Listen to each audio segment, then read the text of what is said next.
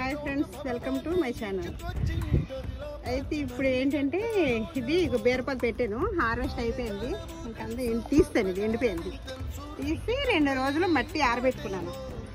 ఈ మట్టి ఆరబెట్టాక ఈ వేళ దీనికి మొక్కలు పెట్టుకోవటానికి మట్టి మిశ్రమం చేస్తున్నాను. ఏంటంటే వేసానంటే మట్టిలో ఇవ్వండి ఓక వేసాను.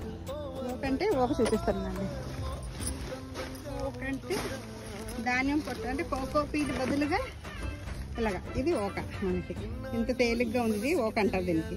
అంటే ఓక వేస్తే చూడండి, ఇప్పుడు మట్టి మనకి ఎంత గుల్లగా ఉంది, ఇలా గుల్ల వస్తుంది. ఇంకా మనకి ఇప్పుడు కోకో పీట అవసరం లేదు. ఇలా ఓక వేసుకొని మొత్తం కలిపేసాను. కలిపేసి ఇది ఒక 2 రోజులు ఆరబెట్టుకున్నాను. ఆరబెట్టి దీనికి ఇప్పుడు విత్తనాలు పెట్టాలంటే ఫస్ట్ ఏదైతే వేస్తాను, ఇది వెప్సమ్ సాల్ట్ ఉంది. తడిసి అయిపోయింది కూడా. ఇలా వెప్సమ్ సాల్ట్ వేస్తాను కొద్దిగా.